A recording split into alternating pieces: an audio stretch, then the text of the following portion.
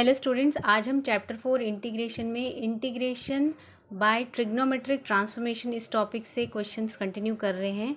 तो question number ई तक के क्वेश्चन हमने ऑलरेडी पहली वीडियो में कवर कर लिया है। सो अभी हम कंटिन्यू करेंगे क्वेश्चन नंबर एफ से। So question is cos 5x into sine 3x, इसे हमें इंटीग्रेट करना है।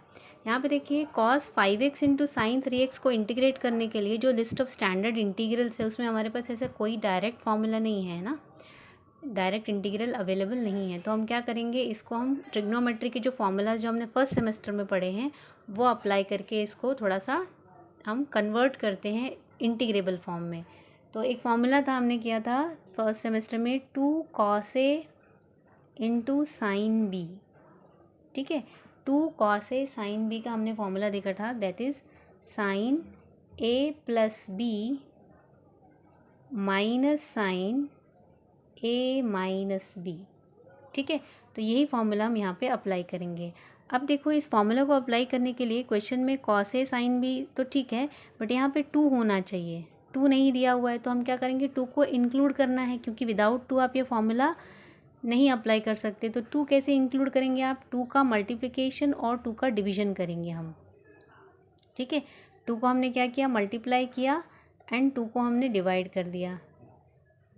तो देखते हैं क्या आता है। 2 का मल्टीप्लिकेशन और डिवीजन किया तो यहाँ पर देखो, ये जो 1/2 है ये तो बाहर आ जाएगा क्योंकि इसका तो काम नहीं।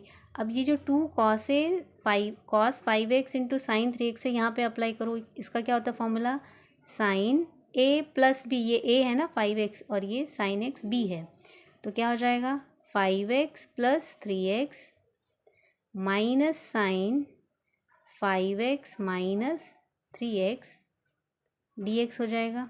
देखो यहाँ पे 2 टर्म है तो यहाँ पे मैं क्या करती हूँ, यहाँ पे एक ब्रैकेट अप्लाई कर लेती हूँ। तो ये आ जाएगा 1/2 into integration of sine 5 plus 3 क्या हो जाएगा 8x minus 5x minus 3x is 2x dx। Now देखो 1/2, अब 1/2 साइन 8x का इंटीग्रेशन क्या होता है, माइनस 8x, साइन x का इंटीग्रेशन होता है माइनस कॉस x, और जो कोएफिशिएंट ऑफ x है वो क्या है 8 है, वो क्या हो जाता है डिवाइड हो जाता है। यहाँ पे लगा देंगे हम ब्रैकेट, अगेन माइनस, ये देखो ये 1/2 तो इसके भी साथ आएगा, इसके भी साथ है क्योंकि दोनों में लिया है ना हमने कॉमन। अगेन साइन x का इंटीग्रेशन होता है माइनस कॉस 2x, और जो कोएफिशिएंट ऑफ x है वो डिवाइड हो जाता है, एंड प्लस क्या आता है c आता है। ठीक है, अब now minus cos 8x upon 8 2 ज़ार 16, माइनस माइनस देखो क्या हो जाएगा plus cos 2x upon 4 plus c। ठीक है, इसको थोड़ा अरेंज करके लिखना चाहो, जनरली हम पॉजिटिव टर्म पहले लिखना ज़्यादा प्रेफर करते हैं, तो पहले पॉजिटिव टर्म लिख लो। वैसे तो यही हमारा, ये भी सही आंसर है, और माइनस को बाद में लिख लेते हैं अपॉन 16 प्लस c। सो ये हो गया हमारा फाइनल आंसर।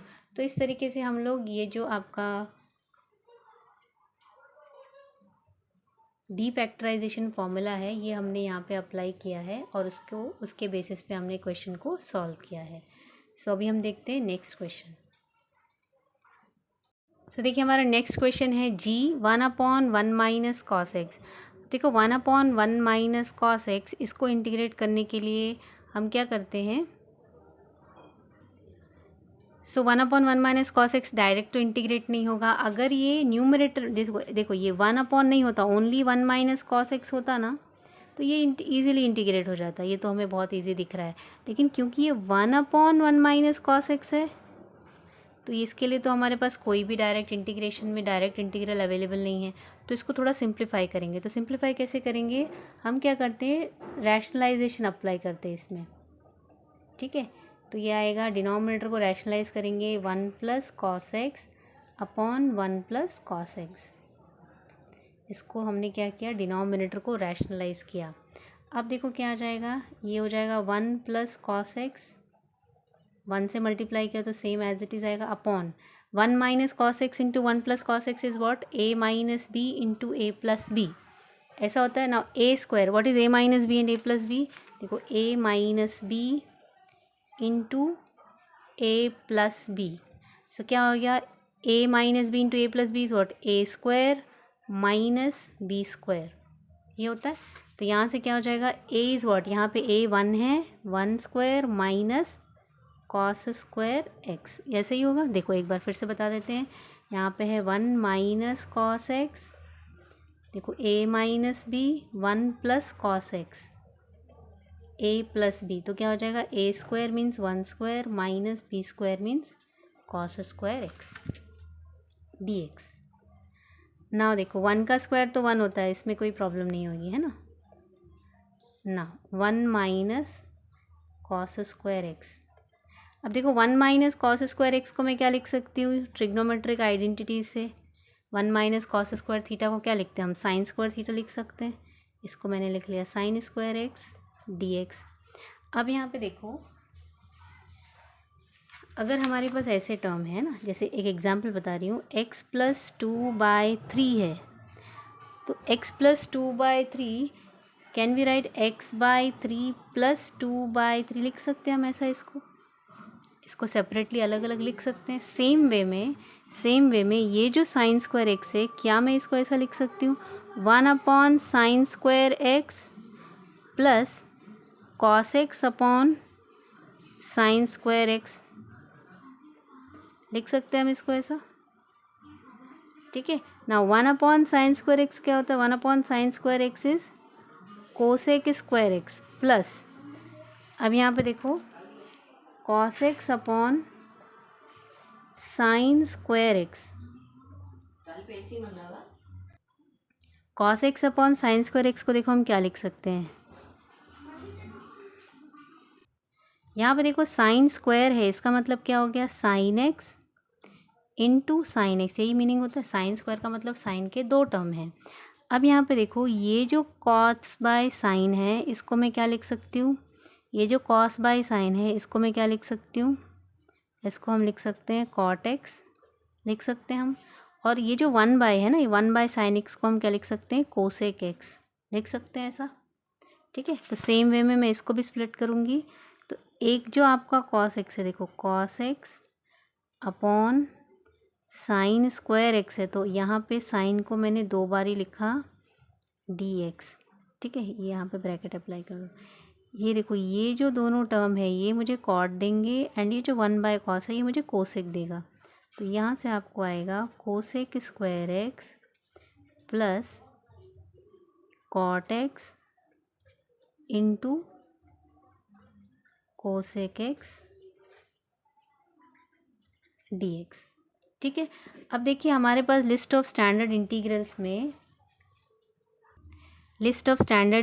में कोसेक स्क्वायर एक्स का इंटीग्रेशन क्या होता है, देखो ये कोसेक स्क्वायर एक्स का इंटीग्रेशन होता है माइनस कॉट एक्स, ठीक है।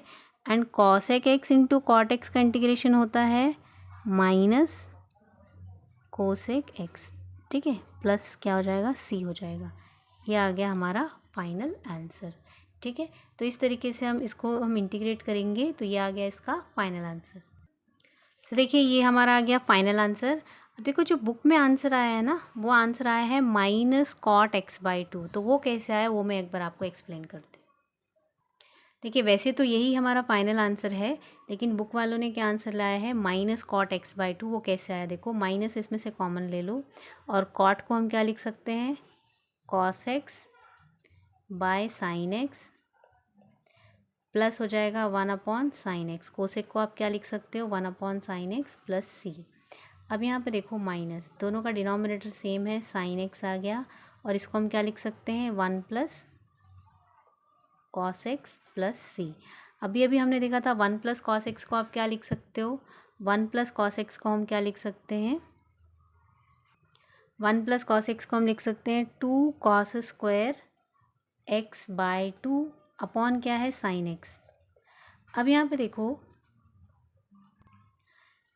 अब इसको आगे सॉल्व करने के लिए ना हम लोगों के पास एक फॉर्मूला है कॉस साइन ए का फॉर्मूला, वो मैं यहाँ पे लगाती हूँ, ध्यान से देखना, अपॉन इसको मैं लिख सकती हूँ 2 sine X by 2 into cos X by 2 plus C. देखो ये कहाँ से आया, हमारे पास एक फॉर्मूला है जो हमने फर्स्ट सेमेस्टर में पढ़ा था साइन 2a का, क्या होता है 2 sign A into cos A, ठीक है। लेकिन यहाँ पे क्या है हमारे पास, अच्छा इसको अगर अब मैं हाफ एंगल में लिखना चाहूँ, देखो यहाँ 2a है तो इसका हाफ हाफ है यहाँ पे, अगर मैं a लिखूँगी तो ये ऐसा हो जाएगा 2 sign a/2 into cos a/2।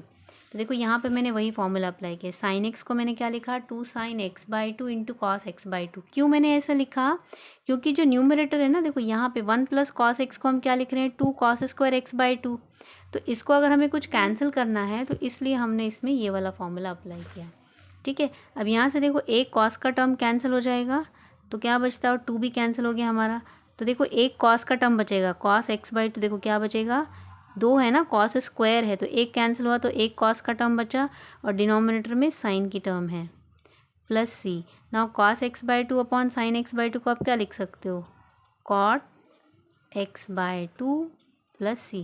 तो देखो ये आपका फाइनल आंसर है। This is all about simplification. देखो यहाँ पे हमारा सोल्यूशन कंप्लीट हो गया था, बट इसको सिंप्लीफाई किया हमने और यहाँ पे इसको हमने इस तरीके से रिप्रेजेंट किया है, तो बुक का फाइनल आंसर ये आता है, ठीक है।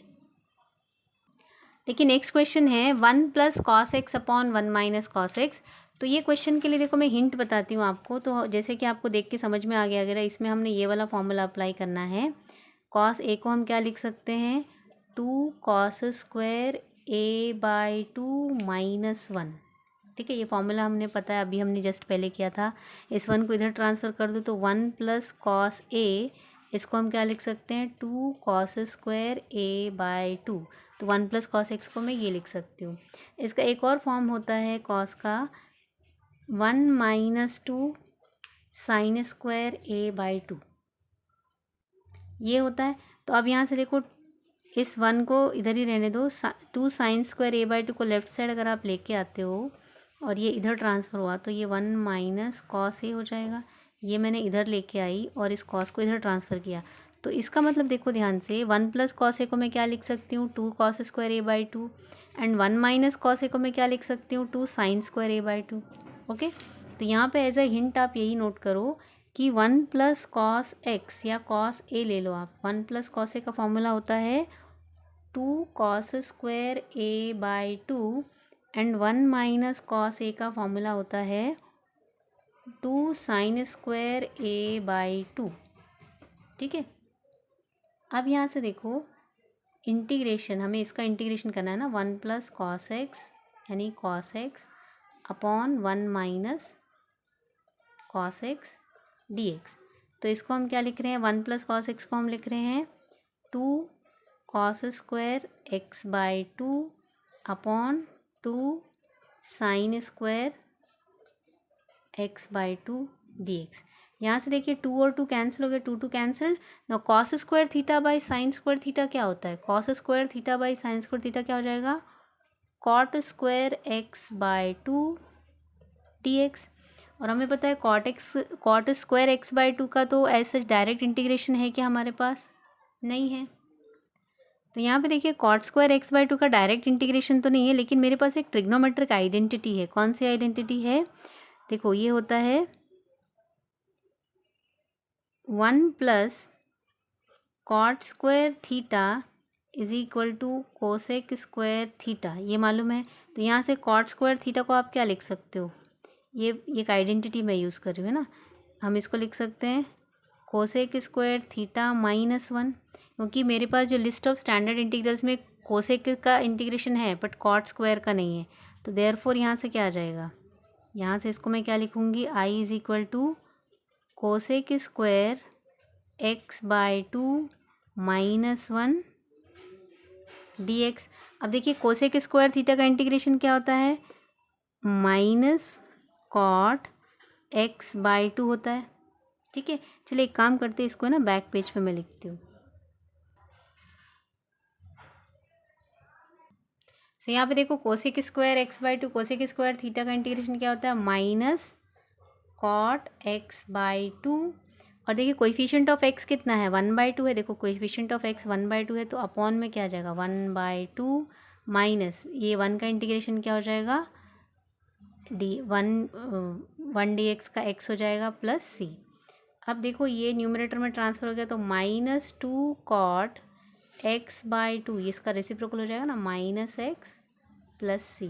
तो इस तरीके से इसका फाइनल आंसर आ गया हमारा -2 cot x/2 -x + c। ठीक है, ये हो गया हमारा फाइनल आंसर। सो ये आपको ये सॉल्यूशन समझ में आया होगा। नेक्स्ट क्वेश्चन देखते हैं। देखिए नेक्स्ट क्वेश्चन है √1 - cos 2x upon 1 + cos 2x। तो सेम फॉर्मूला इसमें हम अप्लाई करेंगे। 1 + cos 2x, इसको हम क्या लिख सकते हैं, 2 cos² x। ठीक है, देखो इसमें ये फॉर्मूले में ये वाला जो फॉर्मूला हमने लिखा है ना, अगर यहाँ पे a है तो यहाँ a/2 होता है। अगर यहाँ पे 2a होगा, cos 2a होगा, तो जैसे मैंने आपको बताया था इसका हाफ एंगल होगा, यहाँ पे cos² a होगा। यहाँ 2a है तो यहाँ पे a होगा, यहाँ अगर a है तो यहाँ a/2 होगा। इतना ही डिफरेंस है। ठीक है, तो यहाँ से हम इसको लिख सकते हैं 1 + cos 2x को 2 cos² x, and 1 - cos 2x को हम क्या लिख सकते हैं, 2 sin² x। ठीक है, अब देखिए ये क्वेश्चन आप खुद से सॉल्व करिए। सेम जैसे मैंने पहले क्वेश्चन सॉल्व किया था वैसा ही इसको हमें सॉल्व करना है। सो ये देखिए ये हो गया हमारा आई तक के क्वेश्चंस हमने सॉल्व किए हैं। इस क्वेश्चन को आई जो है, इस क्वेश्चन को आप सॉल्व करो और इसका जो सॉल्यूशन है वो मुझे हिंट कमेंट सेक्शन में मुझे ये बताना। सो आई होप आप लोग को यहाँ तक के सॉल्यूशंस अच्छे से क्लियर हुए होंगे। नेक्स्ट क्वेश्चंस हम अगली वीडियो में कंटिन्यू करेंगे। Okay, bye bye.